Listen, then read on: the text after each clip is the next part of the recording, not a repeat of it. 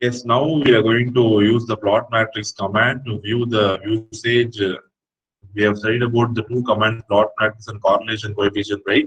Now we are going to use them in our electricity example and see how we are going to get the output. So just simple plot matrix of usage and correlation coefficient of usage. Simple.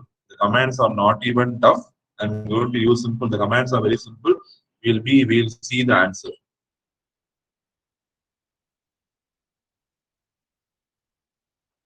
See how beautifully you got the answer for the plot matrix. This is a plot matrix.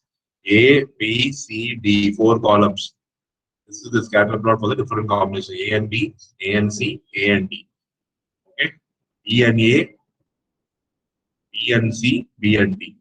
C and A, C and B, C and D.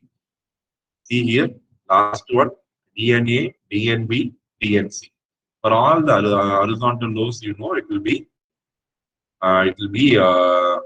histograms. And correlation coefficient is also calculated. See here, is between it. You are not getting negative correlation coefficient. The values are between 0 to 1, and diagonal elements will be always be 1.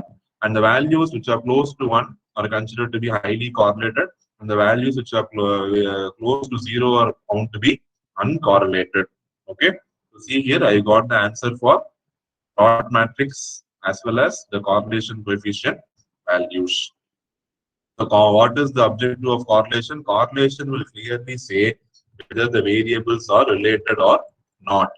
For that only, we are going to go for correlation. So, in this section, we have seen how to plot two y-axis in a single window, how to use plot matrix command to view the matrix, the representation of the data, and how to find the correlation